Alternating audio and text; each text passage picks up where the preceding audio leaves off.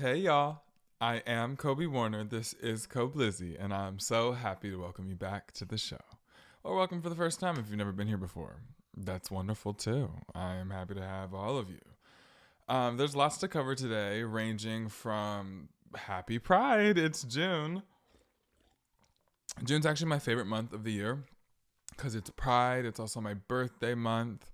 I happen to really love Geminis as I am one, and so I just like June. It's also summertime, which is my favorite season, and it's like halfway throughout the year. Just everything about June feels right.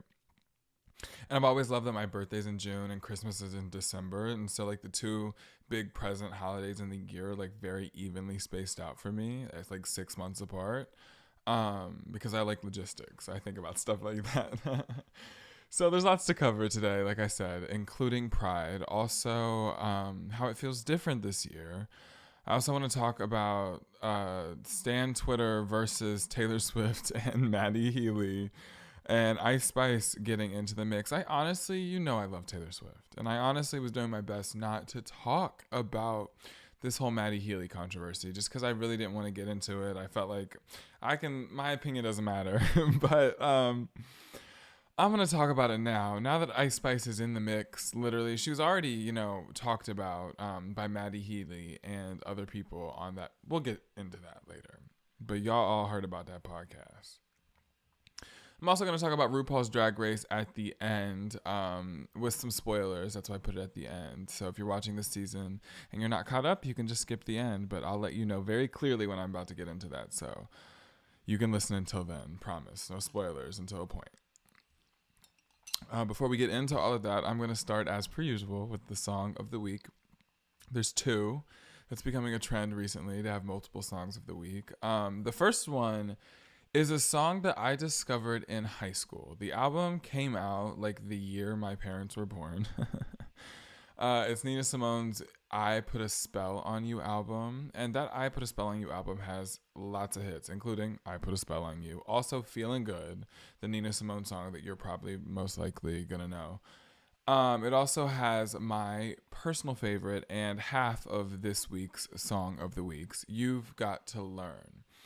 I heard You've Got to Learn by Nina Simone for the very first time in high school in 2018. That was like sophomore year-ish, maybe junior year. And I was so floored and taken aback by the song. I think what gets me most is the lyrics, but the lyrics in combination with the delivery, the way, it's sung, the way it's done. Obviously, I can't play it because I'll get copyright stricken. But it starts, you've got to learn to show a happy face.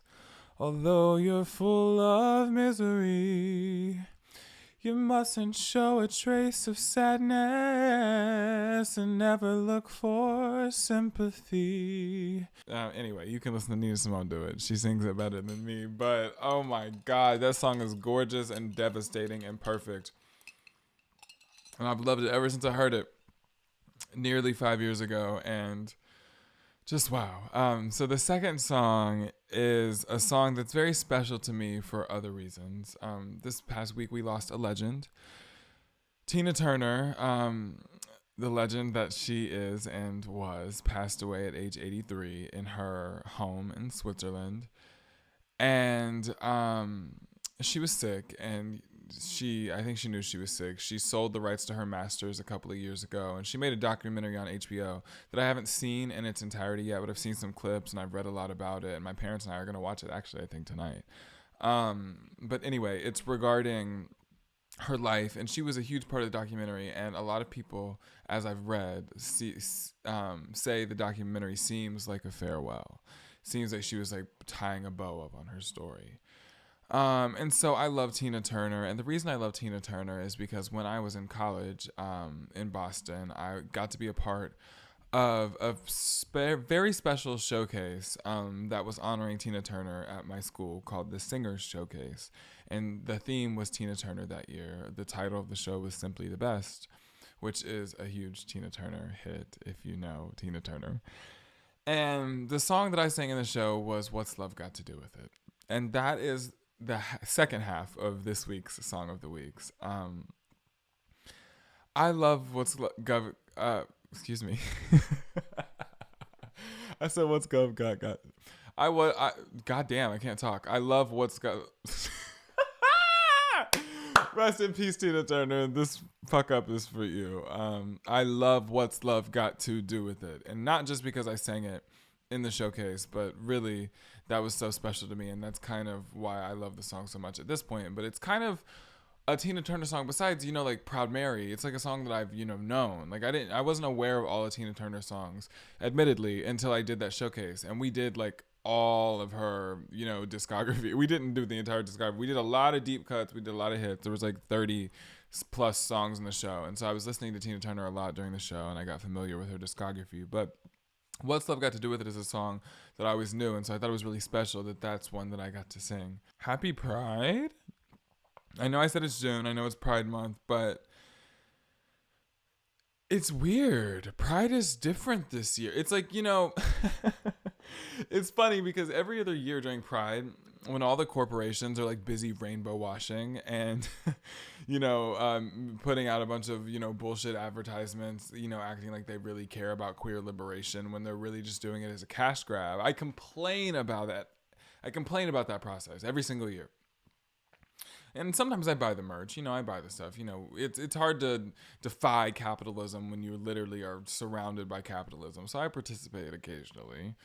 And, sometimes I'll participate in the rainbow washing. Oh, by definition, I did some research, and I couldn't find a real definition of rainbow washing, so I had to resort to the Urban Dictionary. But it's a pretty good definition, I would say. So by definition, via Urban Dictionary, the definition of rainbow washing is the act of using or adding rainbow colors and or imagery to advertising, apparel, accessories, landmarks, etc.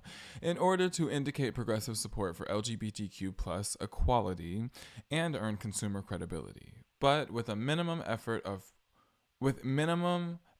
or pragmatic result. What's pragmatic mean? Hey Siri, what's pragmatic mean?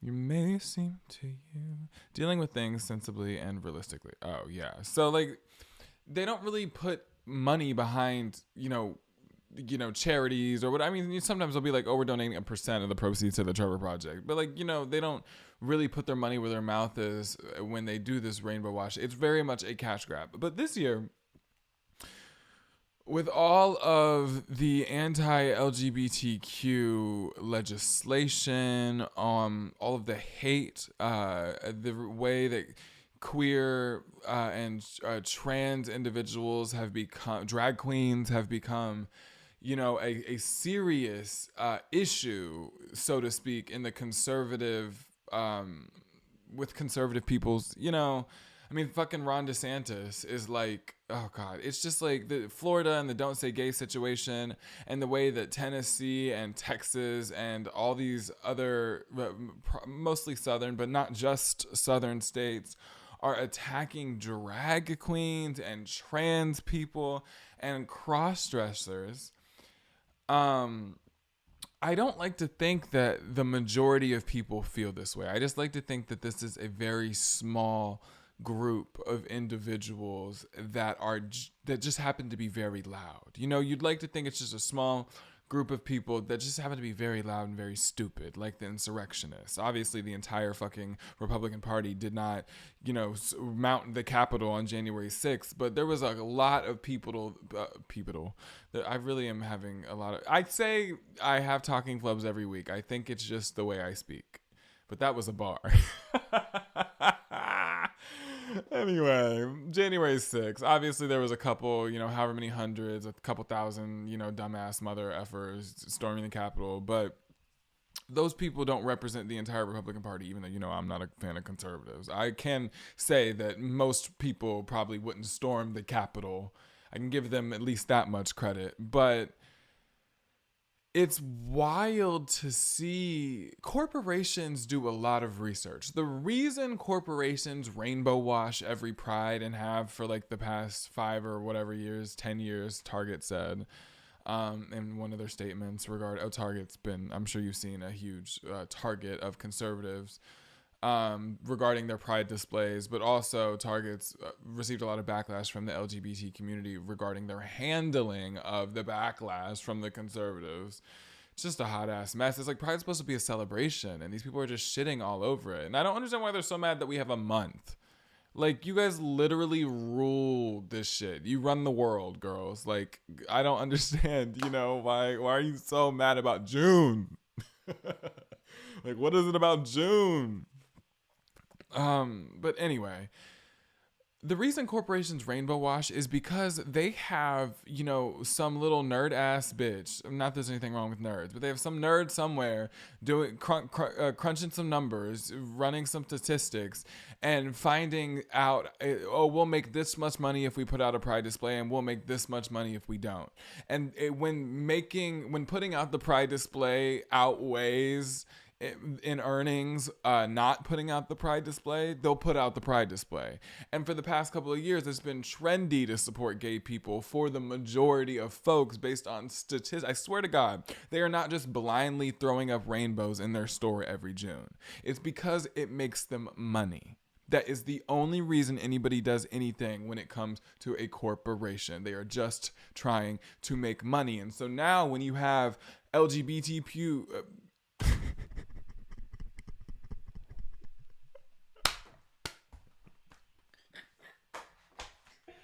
LGBTQ is insane. That is crazy. That was ridiculous. I had to stop. Like, can we get a little commotion for LGBTQ? That was fucking funny, dog. When it's trendy and popular to make money off of LGBTQ people, they will do it. And when it's not, they won't. And with all, I sound like I'm from New York, with all of the legislation going around and like all of the hate and all of the news and all the articles and all the news coverage and all of the misinformation and the fear mongering, it's not popular to like gay people anymore. And suddenly Target's pulling the displays. And everybody's like, what? I thought Target loved gay people. No, it was for the money. And I worked at Target. Not that that means anything. I also worked at Chick-fil-A. Now, I've worked at Chick-fil-A for 4 days. And I worked at Target for a month and a half. So I'm not sure if either of those really count. But yeah, anyway, moving on. It's just ridiculous that... I'm not even mad at Target. I understand they're just trying to make money. I can't be mad at them for doing what a corporation does, because whether or not I'm mad at them, they're still going to do it. You know what I mean? What I am really bothered by is how conservatives really are just trying to distract us from the real issues by, calling women's rights into question and making a big deal about, Medicare and Medicaid and the budget deficit and trying to make it seem like everybody's so unreasonable for wanting health support and health insurance and money regarding health issues. It's like, that shit's expensive, way more expensive than it should be because of them.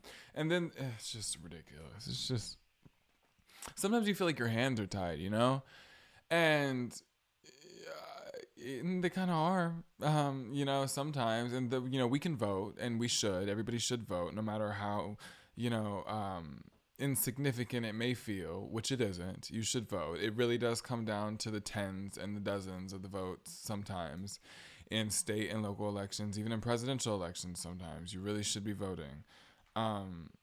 Please vote if you can. Please, please, please, please. It's literally all we can do besides complain. It's literally it. Besides complaining, advocating, and voting, that's our options, baby. Pick one of the three. But you should definitely be voting, so pick more than one of the three. Pick two of the three. At least complain and vote, or advocate and vote. But you gotta vote. You gotta vote. So please just do what you can do. Please don't be an asshole. Please don't fall for all of the bullshit in the news about queer people. We're just like you. We bleed the same blood. We breathe the same breath. We are regular folks. Just like you. We just happen to yassify life a little bit. And I happen to love life this way.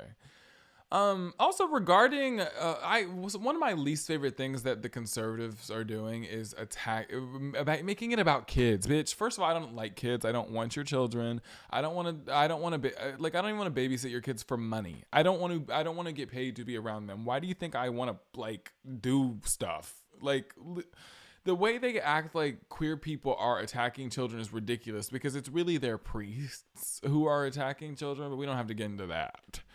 But what I was gonna say is the way they're like, oh, it's about the kids, indoctrination this, indoctrination that. You don't care about indoctrination. You are just homophobic because you indoctrinate them with straight shit all the time. From the time they breathe their first breath, coming out of your, you know what? You're talking about fresh out the hoo-ha, talking about he's gonna be a heartbreaker one day. He's gonna, heartbreak the ladies or whatever they say. I don't know what these straight people do. It's just like. You don't care about indoctrination. You don't care about the sexualization of children. You just don't like gay people. And you try to pin it on us. Nobody wants your kids. Nobody wants your kids.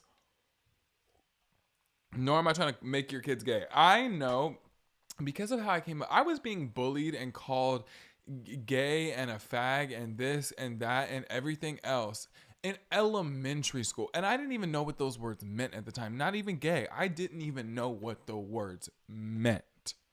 I figured out I was gay all on my own, completely independently of anything anybody else was saying to me.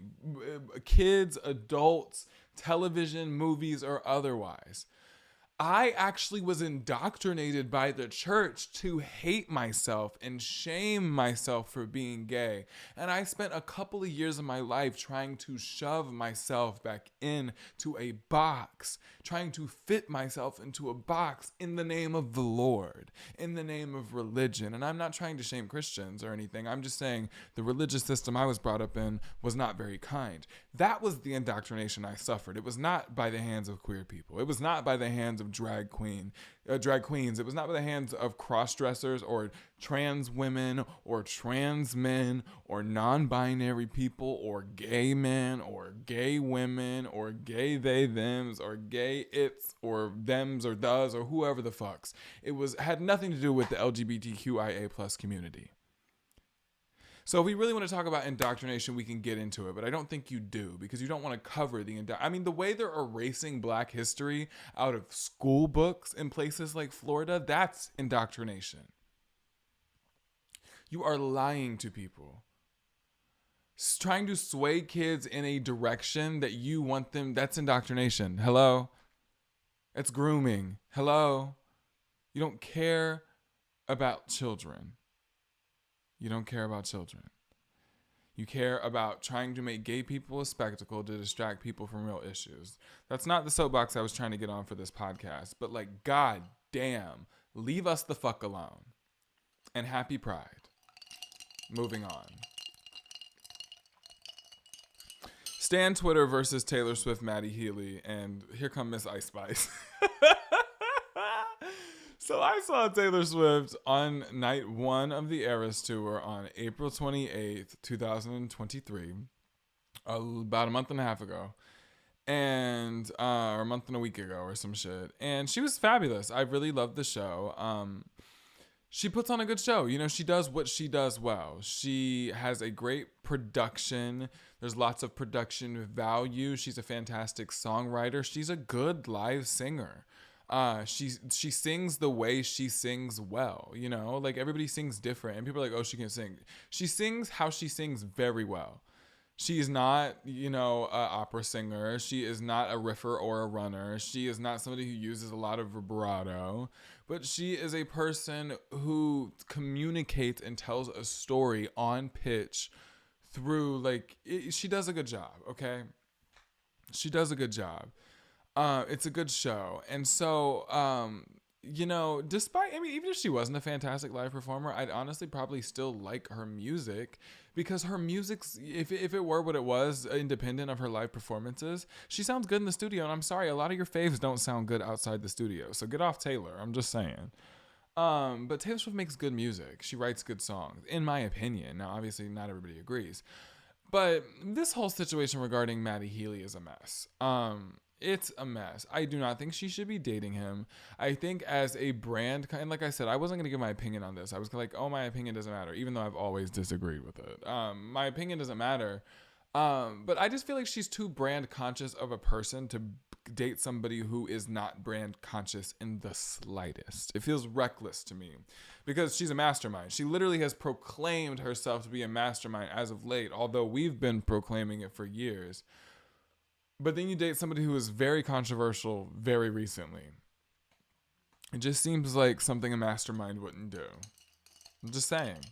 And I feel like we should be critical of our faves. One thing I think about Stan Twitter, that's something else. I want to tie Stan Twitter into this conversation. Because even a lot of Taylor stans are not happy about this whole Maddie Healy situation. Because he's just like a mess. And like the 1975, they got a good bop or two. They ate that one little thing, but it's like, I just feel like whatever, I don't understand why Maddie Healy's so hot. I'm like, it looks like his teeth are falling out. I'm not trying to shame him, but like, do you brush your, like, I'm not trying to shame. He has too much money.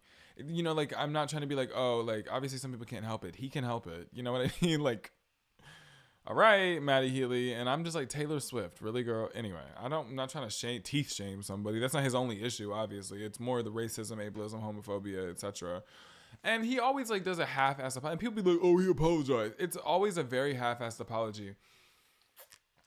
But I'm not going to get into any controversy. I know there's been a bunch, but I'm not going to get into any controversies regarding Maddie Healy except for one. That goddamn podcast where him and all those other people were talking about Ice Spice, and they said she looked like, they made I'm not even gonna repeat it. They made like racial references. They made like a weird like voice, like racist kind of mocking thing, and I'm just like, this is public. This is a podcast. This is live. People listen to this, and the fact that that's how they talk when people aren't, I know people are like, oh, it wasn't that bad. If that's how they talk when people are listening, God only knows what they say when there's no microphones recording them. Jesus Christ. And I will say, I'm not trying to generalize British people or anything, but I've met a couple British people in my day at college, and I will say I did find some of the boys to make rather offensive jokes. So I'm not saying that's a British thing. I'm just saying, I'm asking. I don't know. I don't have enough British people to compare. I'm like, is there like something? Is there like crude British humor? Is that a thing? I also saw Lisa Vanderpump on. She always took like she attributed her crude humor to being British on The Real Housewives of Beverly Hills. And she's not the only British person that I've heard say that. I've also heard people in my life say that. So maybe it's true. But I'm just like, I don't think that's crude humor. I think it's kind of racist. And I'm not even going to repeat the comments. If you don't know what I'm talking about, you can easily find it online. But I'm sure you've already heard about it if you're, like into pop culture and drama and Taylor Swift. But the comments were regarding Ice Spice. They didn't make any like racial comments about black people talking about Ice Spice. They actually made racial comments about Chinese people regarding Ice Spice, which was kind of strange. Because I just don't know why they would say that or whoever said it. But it was just a strange conversation overall, and I did listen to the clip. I didn't listen to the whole podcast. I just like pulled the clip off of Twitter, but I really don't want to listen to those men talk for an hour or however long the episode is. So the clips on Twitter will do me fine. What was I gonna say? Oh, so Ice Spice was saying in like a song association video or something on YouTube that she really liked like indie pop, and like a lot of people wouldn't expect that. She really likes bands like So and So and the 1975. I don't remember who the first one was, but the second one she said was like the 1975. And so they asked Maddie Healy about that on a podcast. Like, oh, did you hear Ice Spice that she loves your music? And then they started talking about how she looks like a something Chinese woman. And I'm like, I'm not gonna repeat the comments like I said, but it was very like And that was recently. It was in like the past couple of months. And so obviously when Taylor Swift starts dating Maddie Healy, among a lot of the other controversies he's participated in, this is one that's brought up because it's very recent. Very recent. And then I'll be damned if like a week and a half later, 2 weeks later, Ice Spice is on the Karma remix. And like, I know I'm not falling in bed. I'm not sleeping with the conspiracy theorists that think that Taylor Swift did this as a good way for good PR, because I don't think it's possible to produce all those CDs and stuff in a couple weeks. So I think it's just a coincidence that that this happened. You know, like Ice Spice was just so happened to be the one Maddie Healy talked about and just so happened to be on the Karma remix. I think Ice Spice is on the remix more because she's kind of hot right now and she's popular, and it taps into a different kind of fan base for Taylor Swift. More so than it's good PR. I really do think it's a coincidence. However, what I don't really respect is that Taylor can't mention it. I know a lot of people are like, oh, she shouldn't be responsible. Why are you blaming a woman for a man's actions? And I don't see it that way. I think if we're like, oh, Taylor's racist because Maddie's racist, that might be a little unfair. But it is fair, I think, to call into question somebody getting into bed with somebody with values that are different than theirs. Because it makes you question, well, if you're willing to compromise your values to get into bed with somebody, are there other times you're willing to compromise your values? You see what I'm saying? It's more that direction for me. I don't think we should blame her for his actions, but I can wonder why she is so okay with that. Because like I said, how does he talk behind closed doors? Because he says crazy things in public.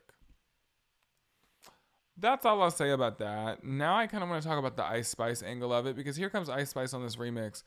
Do I think the Karma remix is fantastic? I like Karma. I will say, first of all, the original Karma on the album, I like the song. My favorite thing about it is the chorus. The way the chorus goes round and round, it kind of feels like a boomerang going back and forth and back. Karma is my boyfriend. Karma is a guy. Karma is a breeze in my hair on the weekend. Karma's a relaxing thought. Aren't you envious that for you it's not? Sweet like honey. You see how it keeps like going and going and going. Sweet like honey. Karma is a cat purring in my lap because it loves me. Flexing like a goddamn acrobat. Me and Karma vibe like that. It just kind of like keeps going. I like that about the chorus. I think Ice Spice is a weird choice for this remix. I thought that from the beginning. I was like, oh, that's an interesting choice. That's cool, though. Like, maybe Ice Spice is going to do really good. I think she did as good as she could have. I think it's a weird choice for a remix. And so I think maybe if the song had been really good, people might have been less inclined to be like, oh, it's just like, you know, PR, cash grab, you know, like, oh, let's do damage control. But because the song's not that great, I think that makes it even worse, because like it really seems like you guys threw this together. I'm not going to talk about it anymore. Form your opinion how you may, but Stan Twitter is on fire about it. And Stan Twitter usually gets things wrong. Like, I hate to say, Stan Twitter has a habit for pile-ons. They have a habit of like canceling people really fast. I think all that shit's really weird and chronically online, and it's just not really like, I'm not a fan of it. But they were quick to be like, Taylor Swift, this is crazy. And this time, Stan Twitter, I agree. So that's how I see it. That's how Sue sees it. So, yeah, now I'm about to talk about RuPaul's Drag Race, the most recent season of All Stars 8. I think we're on episode 5. It was the Snatch Game. I'm also going to talk about episode 4 a little bit. So if you haven't seen any of the new episodes of Drag Race and you're planning to watch it, there's about to be some spoilers. If you haven't seen it, you're not going to watch it, you should keep listening. Let's talk about Drag Race. So, Snatch Game just happened. A couple of things. They did the Snatch Game of Love. I don't like when they do that. I don't like when they switch the Snatch Game up. It needs to be the regular Snatch Game with the two rows of people sitting there doing that. Snatch Game of Love is too produced. It doesn't allow for the organic banter between all the contestants. I don't like it. So, my first issue was the format. Most of the girls didn't do very good at it. I think it might have been better in the other format. Like, the way you can't see who you're talking to is behind a sugar wall. First of all, the pun's kind of corny. And second of all, it's hard to be fun. You know, I just like... with that being said, Jimbo was hilarious. And should have won, rightfully so. She did Shirley Temple, but it was kind of a ridiculous version of Shirley Temple. And she did this, like, really ridiculous tap dance. She was just, like, jerking and jiving. It was funny. What I really want to talk about in this episode is Heidi in Closet disqualifying herself from the combination. I said combination. I really cannot fucking talk. The competition. She like disqualified herself. She left. And on All Stars this season, they're doing this thing called the Fame Games, which is like where in Untucked, which is like the after show, you can show the look you would have worn in the episodes for the eliminated queens. For the girls who have been eliminated, they are allowed to stick around and show their looks for the rest of the season and untucked. And Heidi opted not to do that as well, because you'd have to stay there and film that, obviously, and she didn't want to. So she just left altogether. And it was on the back of kind of like a fight with some of the girls. And really, I just kind of want to talk about what she said. There was this moment when she walked like off. She's like, I'm leaving. I'm done. I love you. I love you. Goodbye. Love you. Goodbye. She was like, I'm trying to keep my joy and my peace, and I've lost that here. And I was like, girl, yeah, I get that. I've been there a couple of times. And so I can appreciate that she felt that way. And that she was willing to do something about it. I think that's commendable. I can also appreciate straight people. And, not really, I can't. What I mean is that the way straight people, when they watch Drag Race, they call it RuPaul. That shit cracks me up. That's just a note that I wrote next to Drag Race. Is that they'll be like, oh my God, I love RuPaul. And then like queer people will call it Drag Race. As if you're like shortening the name. Obviously, if you're calling it the whole thing, it's called RuPaul's Drag Race. But if you shorten it, straight people are gonna call it RuPaul, and everybody else is gonna call it Drag Race. So it's just funny to me. I wanted to make the distinction. I swear to God, it happens all the time. Like, I can name so many straight people who called that show RuPaul, and I don't know why they do that, and I don't know why queer people call it Drag Race, but Drag Race just sounds right to me. But I guess drag racing to straight people is like cars, so maybe that's why. Beats the fuck out of me. That's everything on my list today that I was going to talk about. There's one more song that I wanted to mention for the song of the week, though. I said You've Got to Learn, Nina Simone. What's Love Got to Do with It? Tina Turner. Rest in peace. I also want to mention a song that I used to love. I've been listening to my old playlist, like from years ago, because I have been. And that's where I got You've Got to Learn by Nina Simone from my high school playlist. From my childhood playlist, I got the song that I love called All I Want to Do by Sugarland. When I was a kid, I loved Sugarland. It's a country duo, a man and a woman. The guy, sings backup kind of, and she sings lead, and he plays the instruments. I think that's the arrangement. Anyway, they're just so good, but they have this one song. I don't want to get up, baby, let's turn off the phone. I don't want to go to work today, or even put my makeup on. I got better things to do than my to-do list anyway. Hide under the covers and waste away the day. Let's just lay here and be lazy, baby, drive me crazy. All I wanna do, ooh, ooh, ooh, ooh, ooh, ooh, ooh, ooh. It's a good time. So if you like country music, it's about... If you want to follow me, you want to see more of me, you can follow me on Instagram and TikTok at KOBLIZZY. And if you like this podcast and you want to support it, you can leave a review. You can leave comments if you're on YouTube. You can follow the podcast. You can leave stars if that's an option. And you can follow the podcast on Instagram and TikTok as well at KOBLIZZY Show. Like I said, you can follow me at KOBLIZZY. You can follow the podcast at KOBLIZZY Show. That's on Instagram and TikTok only. I don't have any other social media accounts that are public. So I hope you enjoyed this episode. If you want to hear more, or if you want to find all of the places you can listen to this podcast, as well as see my modeling portfolio and listen to my original music and read an article about me and all kinds of other things, you can go to KOBLIZZY.com, not POBLIZZY. You can go to KOBLIZZY.com. That's KOBLIZZY.com. That will take you to my link tree where all of those things are located. And it'll also have the links to my Instagrams and my TikToks. I love you so much. Thank you for listening or watching on YouTube or Spotify, listening everywhere else. It's been a good time. I'm always happy to do KOBLIZZY. Like, not like do me. Not like, you know what I mean. Bye, you guys. I'll see you next week. KOBLIZZY out. Ooh.